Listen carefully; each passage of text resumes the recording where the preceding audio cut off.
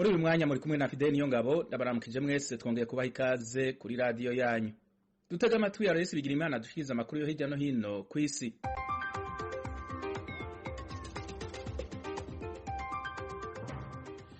Waramutse Fidel, turayahera ku mugabane wa Afrika. Ishiramwe mpuzamakungu ONU ririko rirasaba imiliyaridi 2.6 z'amadolari uyu mwaka, amafaranga yo gufasha abanyesomaliya bangana imiliyoni 7.6. ONU ivuga ko babangamiwe n'inzara hamwe n'amapfa vyatewe n'intambara, iduga ry'ibiciro by'ibifungurwa hamwe n'uruzuba. Adam Abdelmula ahagarariye igisata ca ONU kijejwe imfashanyo muri Somalia yavuze ko kuva mu kwezi kwa kane gushika mu kwezi kwa gatandatu hashobora kuzoba amafa muri Somalia mu gihe imvura itogwa. Somalia hamwe n'ibindi bihugu vyo mu ihembe rya Afrika birahanzwe n'uruzuba inyuma y'imyaka 5 yikurikiranije atamvura ihaseseka.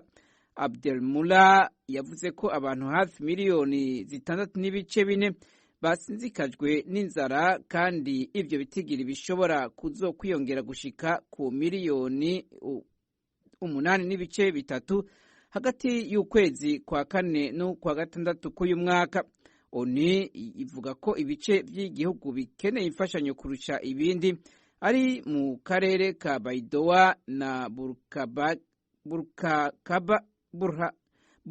Burhakaba hamwe no mu bataye ingo zabo ndetse no ku mugwa mukuru Mogadishu. Muri Afrika kandi mu burengero bwayo, ishiramwe ry'abagira neza ry'abafaransa ry'abaganga batagira imbibe Médecins Sans Frontières ryarahagaritse ibikorwa vyaryo mu turere two mu buraruko bushira uburengero bwa Burkina Faso. Muri utwo turere abitwaje ibigwanisho barishe ejo abakozi baryo 2. MSF yavuze ko abitwaje inkoho barashe imodokari yabo yarimwo abakozi 4 hagati y'ibisagara vya Dedugu na Tugane. MSF ivuga ko ikiriko iratohoza kucatumye haba ico gitero.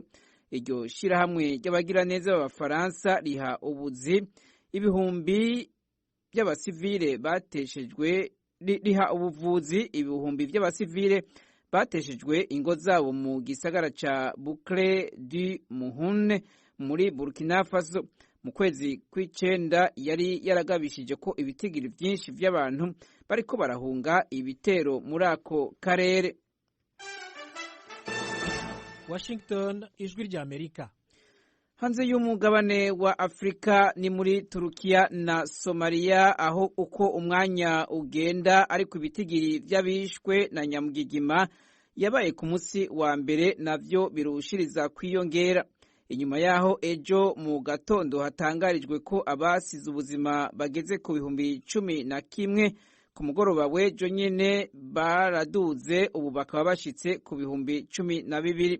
Ikigo kijejwe gutabara mu biza muri Turukiya cavuze ejo ku munsi wa gatatu ko abakozi 96 barimwo abo mu gihugu na mvamakungu aribo bari mu bikorwa byo gutabara.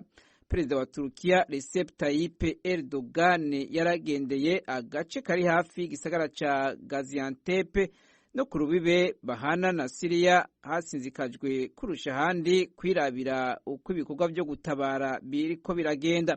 Abatabara barabandanya kubona ibitangaza aho bakiriko baratora abantu bakibona, abandi bakabumva bakoma amaruru basaba ubufasha ariko badashobora gukugwayo vuba kubw'ubukene bw'ibikoresho bigezweho. Ku ntambara yo mu Burusiya na Ukraine, perezida wa Ukraine Volodymyr Zelensky yarafashe urugendo rumushikana i Londres ejo ku munsi wa gatatu, rwari rutumbereye gushimira ico gihugu ku mfashanyo za gisirikare camuhaye kugira agwanye Uburusiya. Perezida Zelensky yabwiye inama nshingamateka y'Ubwongereza ko igihugu kiriko kirajana na Ukraine mu rugamba kandi ko atankeka bazotsinda. Perezida Zelensky yarabonanye kandi n'umwami Charles ku kirimba i Buckingham Palace mu rugendo rwiwe rwa kabiri mu mahanga kuva Uburusiya bumuteye ku itariki ya 24 z'ukwezi kwa kabiri. Urugendo rwa mbere yarugize hano i Washington mu kwezi kw'icumi aho yabonanye na Perezida Joe Biden ananashikiriza ijambo muri Kongere ya Amerika. Ejo ku munsi wa gatatu nyene Perezida Zelensky yarabonanye na Perezida w'Ubufaransa Emmanuel Macron na Chancelier w'Ubudage Olaf Scholz hari i Paris ku mugwa mukuru w'Ubufaransa. Ubwongereza bwabaye kimwe mu bihugu byafashe iya mbere mu gufasha ico gihugu ca Ukraine mu bikorwa vya gisirikare. Bumaze gutanga imfashanyo y'ibigwanisho ifise agaciro k'imiliyaridi 2.5 z'amadolari. Uru rugendo rubaye mu gihe umushikiranganji wa mbere w'Ubwongereza Rishi Sunak yatangaje ko igihugu ciwe kizokwigisha abapolisi bo muri Ukraine gutwara indege z'intambara zo ku rwego rwa OTAN.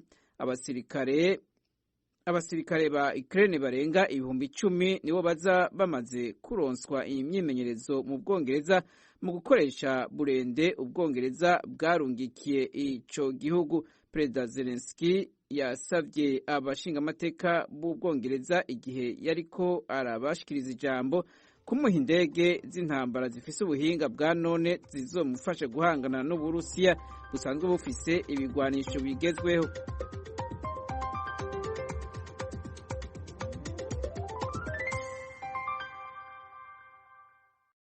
Urakoze Aloysi Bigirimana ku makuru yo hirya no hino kw'isi uhejeje kudushikiriza.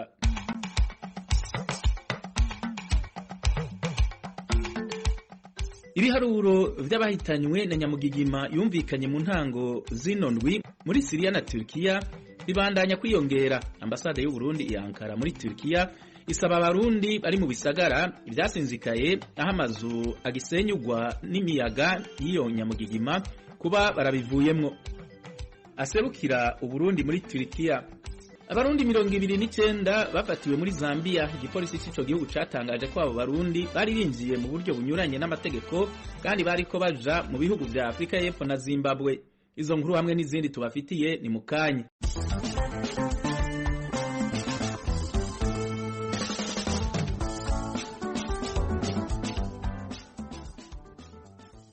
Ibiyaga binini.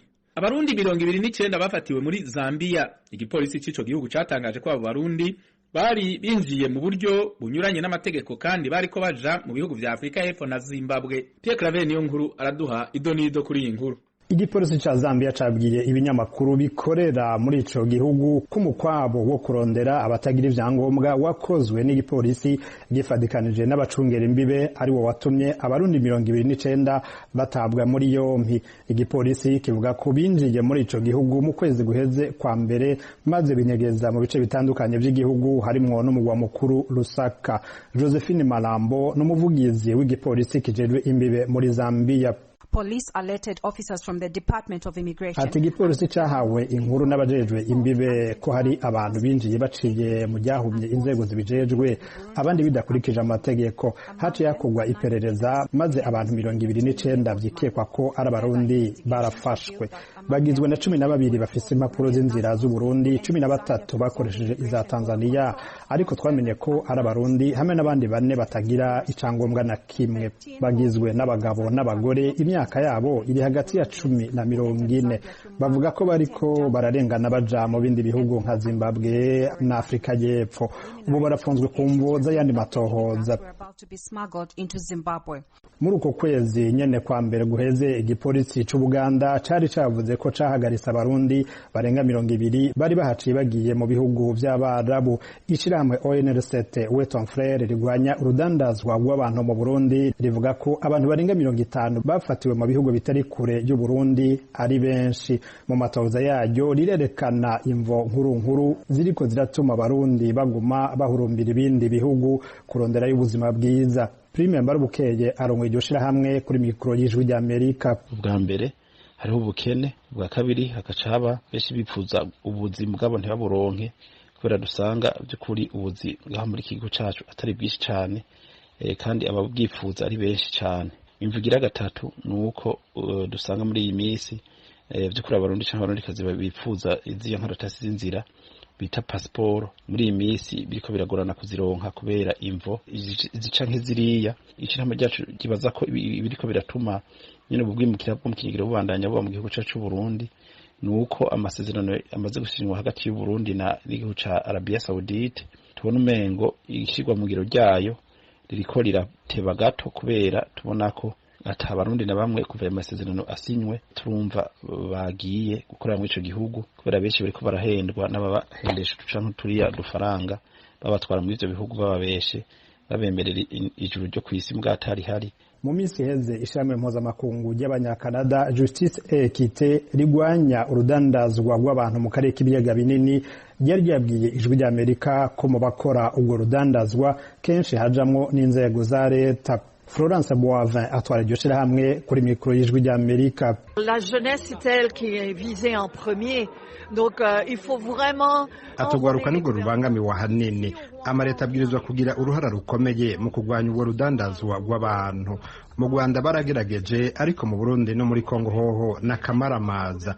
Mu matoza yacu twasanze hari n'abakora mu mareta babigiramo uruhara mu gutanga impapuro z'inzira zabo baja kudandazwa. Harabajanwa mu busambanyi, harabaja gukoreshwa ibikorwa biruhisha bagakora amasaha menshi badahembwa, hari n'abajanwa mu nyuma bagakugwamo ibihimba bikomeye by'umubiri nk'amafyigo n'umutima. Birakomeye kuko hari n'abantu ku isi b'ibihangange bahamagara abantu ngo babaronkeye amashuri yo kwiga ariko bashitse muri ivyo bihugu bagaca bajanwa muri ubwo bubisha. Ibi biremezwa n'igipolisi cy'u Burundi kivuga ko catanguye amatoza kandi ko uzofatwa azobihanirwa bikomeye, ndetse mu mezi abiri aheze igipolisi carafashe bamwe mu bagirizwa ico caha ku giti cabo. Pierre Nkurikiye avugira igipolisi yemeje ko bahagurukiye ico gikorwa. Aba bantu bafashwe bamaze kwiba abantu amamiliyoni n'amamiliyoni y'amafaranga babahenda yuko bazoca barungika muri ivyo bihugu. Barafise n'ibigo ngo babaheramwe inyigisho, mugabo hari abandi bababwira ko bajana mu bihugu vya Buraya ko bakinjira muri Serbia ko bakazoruhukira mu Bubiligi. Nagenda bamenyeshe ko babaka amafaranga ari hagati y'imiliyoni 7 na 13 z'amarundi. Aha rero mu miryango itari mike n'amarira hari abagurisha amatongo, hari abagurisha ibitungwa, hari n'abagenda kurondera amafaranga mu mabanki batazi ingene bazorira. Nabitigirika none vy'abarundi baja mu bihugu bitandukanye biciye mu kinywabi canke bagurishijwe biramenyekana. Yamara ishirahamwe ONR7 Weton Frere rivuga ko batari munsi y'ibihumbi 2 ku mwaka. Pierre Claver nkuru ku bw'ijwi ry'Amerika. Tuve mu karere k'ibiyaga binini dukubitire muri leta zunze ubumwe za Amerika. Mu ijambo ryiwe ryo mu ijoro ryo ku munsi wa kabiri rigaruka ku kugena igihugu gihagaze, Perezida wa leta zunze ubumwe za Amerika Joe Biden yagaragaje imvugo itanga icizere no kwiyemeza, ashima ivyo yashitseko mu bijanye n'amategeko n'imirongo ya politiki vyashizweho. Ni nkuru y'ijwi rya Amerika dushikirizwa na Temistocle Mutijima. Ku mugoroba w'uyu wa kabiri, Perezida Biden yatangaje ko nubwo demokarasi ya Amerika yakomerekejwe ariko icyemye kandi idahungabanywa. Umukuru wa leta zunze ubumwe za Amerika yagize ati: kubera ko umutima w'iki gihugu ukomeye, kubera ko izingiro ryacyo rikomeye, kubera ko abaturage b'iki gihugu bakomeye, igihugu kirakomeye.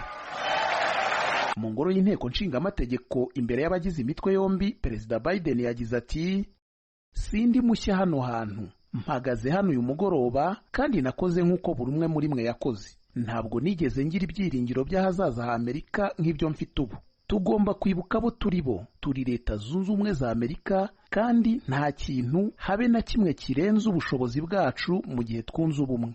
Aya magambo Bwana Biden yayavugiye mu nteko nshingamategeko umuyobozi wayo ari w'umurepublikani Kevin McCarthy ukuriye umutwe w'abadepite yarahiriye gukoresha ubwiganze buti ishyaka rye rifite mu gutambamira nyinshi muri gahunda Biden ashyize imbere. Hafi igihe cyose ijambo ryamaze, Bwana McCarthy yari yicaye inyuma ye mu ngoro y'inteko asa nk'utaryitayeho, azunguza umutwe ubwo Perezida Biden yanengaga politiki z'ubukungu z'abarepublikani. Umukuru wa Amerika kandi yakoresheje uyu mwanya mu gusaba abarepublikani bazamuraga amajwi nk'abatabyemera igihe yanengaga gahunda yaharanirwaga na bamwe muri bo yo kugabanya ikiguzi cya gahunda zimwe yavuze ko izakora kuri porogaramu z'ingenzi zirimo iy'ubwiteganyirize n'iy'ubwishingizi mu buvuzi. Ati: kurwana hagamijwe gusa kurwana, guhangana gusa byo guhangana, gukimbirana gusa byo gukimbirana ntaho byatugeza. Iki nicyo cyamye ari icyerekezo cyanjye ku gihugu cyacu, kandi nzi ko ari icya benshi muri mwe, kugarura umutima w'iki gihugu, kongera kubaka urufatiro rwa Amerika. Perezida Biden yavuze umwanya munini kandi mu buryo burambuye ku bibazo benshi mu banyamerika bavuga ko ari ingenzi kuri bo, aho yagize ati turimo kubaka ubukungu aho nta n'umwe usigara inyuma, imirimo irimo kugaruka, ishema riragaruka.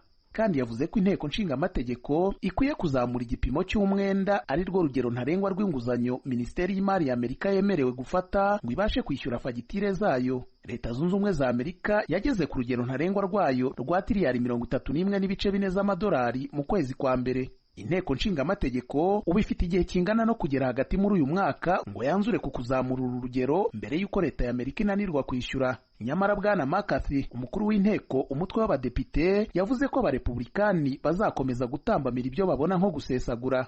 Perezida Biden yanagaragaje aho ahagaze kuri politiki ijyanye no gutunga intwaro, asaba ko hakongerwa ingamba zibuza gutunga intwaro. Yasabye kandi inteko nshingamategeko kwemeza gahunda y'amavugurura mu bijyanye n'abimukira, cyangwa ibyo byananirana nibura ikemeza gahunda yo kongera ibikoresho n'amikoro byo gucunga imipaka. Nyamara kuri imwe mu ngingo zikurura impaka kandi zitavugwaho rumwe, umukuru w'igihugu yavuze mu magambo make ati ntimukore ikosa, inteko iramutse yemeje gahunda ibuza gukuramo inda ku rwego rw'igihugu nzayitambamira. Nk'uko bimaze kuba umuco muri uyu mugoroba w'ibirori, perezida aha icyubahiro abashyitsi badasanzwe bafite icyo basobanuye kuri bimwe mu bibazo. Ku mwaka wa kabiri wikurikiranya, perezida Biden yahaye ikaze ambasaderi wa Ukraine muri Amerika, yongera gusubiramo ko Leta Zunze Ubumwe za Amerika izashyigikira Ukraine mu guhangana n'Uburusiya mu ntambara bwayishojeho igihe cyose izamara. Ariko kandi umushyitsi wakomewe cyane amashyi n'abari mu ngoro y'inteko bose bahagurutse ntiyaranahari. Mu guteza imbere porogaramu ye ya Cancer Moonshot igamije kugabanya impfu ziterwa na kanseri ho nibura 50% mu myaka 25 iri imbere, perezida Biden yavuze ko yatumiye Ava, umwana w'imyaka 3 warwaye ubwoko bwa kanseri y'impyiko budakunze kubaho, kugira ngo akurikirire ijambo ari mu ngoro y'umukuru w'igihugu. Ababyeyi ba Ava bari bitabiriye ijambo ry'umukuru w'igihugu, bavuze ko arimo guhangana n'ubu burwayi kandi ari mu nzira zo kubukira burundu. Perezida Biden ati kandi baradukurikiye aho ari muri White House iri joro niba atamaze gusinzira. Mu ijambo ry'uruhande rw'abarepublikani rihakana ibyo perezida yavuze, guverineri wa leta ya Arkansas Madamu Sarah Huckabee Sanders yanenze politiki ya perezida Biden ku bijyanye n'abimukira n'ubukungu. Yamaganya amavugurura yasabye ku bijyanye n'intwaro n'igipolisi, yita politiki ye y'ububanyi n'amahanga ko idafite ingufu, ndetse yibaza niba we afite ingufu zo kuyobora. Yagize ati kuba umubyeyi w'abana 3 batoya byanyigishije kutizera buri nkuru numvise. Rero umbabarire kuba nizera byinshi ku byo numvise uyu mugoroba perezida Biden avuga, kuva ku itakara ry'agaciro k'ifaranga ritagira igaruriro n'ibyaha by'urugomo kugera ku kibazo giteje akaga k'imipaka ndetse n'ibikangisho by'Ubushinwa. Biden n'abademokarate barabatengushye. Mbere y'ijambo ry'umukuru w'igihugu, abasesenguzi bari bavuze ko Biden akeneye gukoresha uyu mwanya mu kwemeza rubanda imbaraga ze, ikintu abamunenga bakunze gushidikanyaho mu gihe asa n'uwiteguye kongera kuziyamamaza mu 2024. Abamunenga bibaza niba ku myaka 80 adashaje cyane ku buryo yabasha gutegeka indi manda. Jeremy Suri, umwarimu w'amateka kuri kaminuza ya Texas, agasangira ari ryo jambo rihebuje ayandi rya Biden nka perezida. Ati yumvikanishije neza gahunda ye mu buryo bwumvikana kandi bwihariye. Yashimangiye ukwita ku bakuze, gufasha abanyantege nkeya, imisoro iboneye no gushyigikira demokarasi. Yatumye abamunenga bagaragara nk'abadafite ishingiro. Bwana Jonathan McCallum, umuhanga mu bya politiki, we yabwiye Ijwi rya Amerika ko perezida Biden yakoresheje iri jambo mu gutegura gahunda y'ishyaka rye ya 2024. Tuve muri Amerika dukubitire muri Syria na Turkiya, aho abahitanywe na nyamugigima yumvikanye ku munsi wa mbere muri Syria no muri Turkiya bamaze kurenga 11,000. Ibikorwa byo kurondera abo babasenyukiwe ko n'inyubakwa zitandukanye muri Turkiya biriko biba muri iki gihe imbeho ibandanya kwiyongera. Mugenzi wacu Diane Ninahazwe yavuganye na Ambassadeur Gerard Bikebako aserukira Burundi muri Turkiya, amubwira ko amakuru bafise gushika ubu yerekana ko abarundi bari mu bisagara bitandukanye barokotse.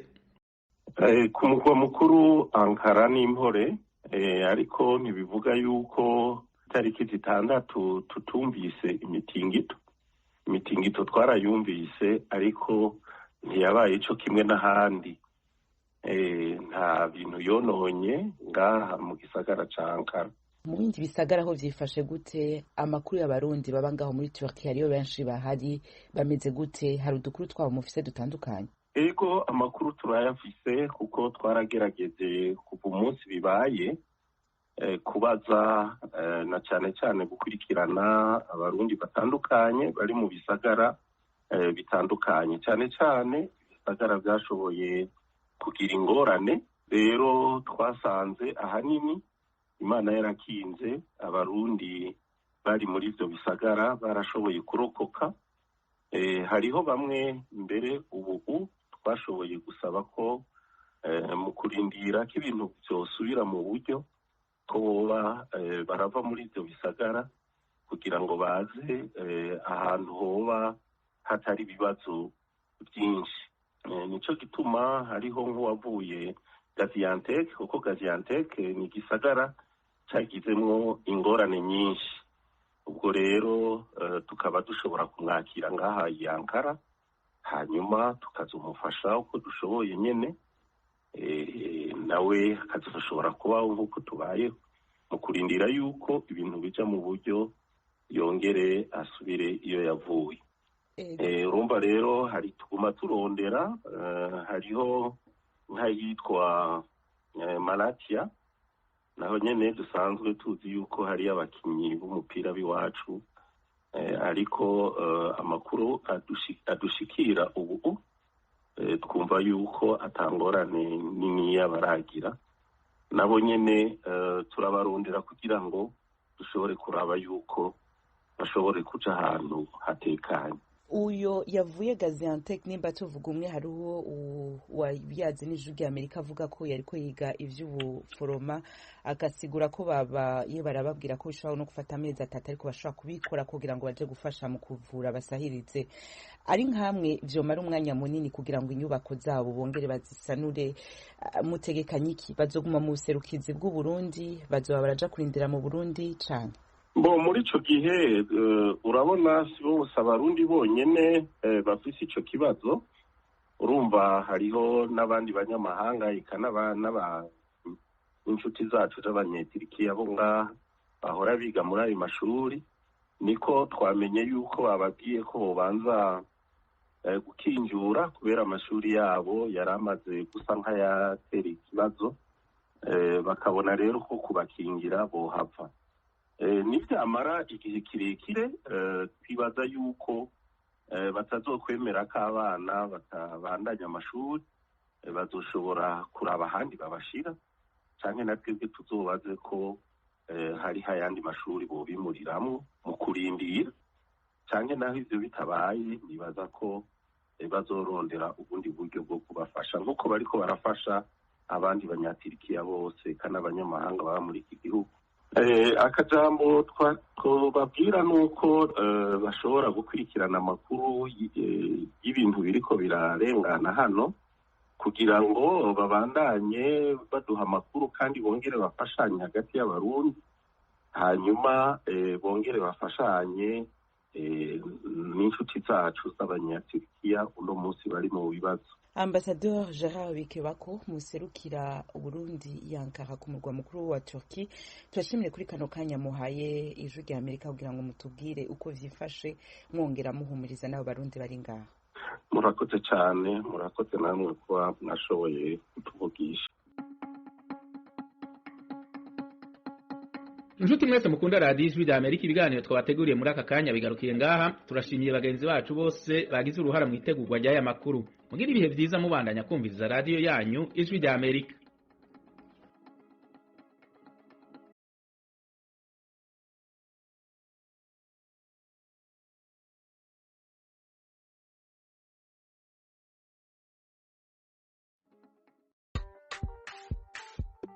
Murisanga